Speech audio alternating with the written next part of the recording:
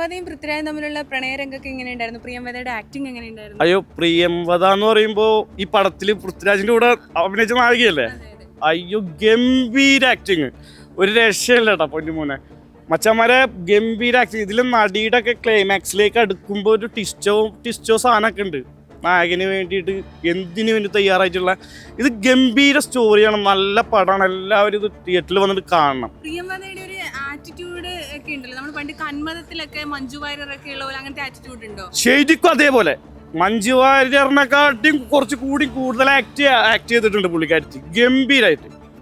കാരണം മഞ്ജു ചേച്ചിയൊക്കെ ഇപ്പം നമ്മൾ ഫസ്റ്റിൽ എങ്ങനെ വന്ന് എങ്ങനെയാണ് അഭിനയിച്ചതെന്നൊക്കെ നമ്മൾ ഒരുപാട് സിനിമകൾ കണ്ടതാണ്.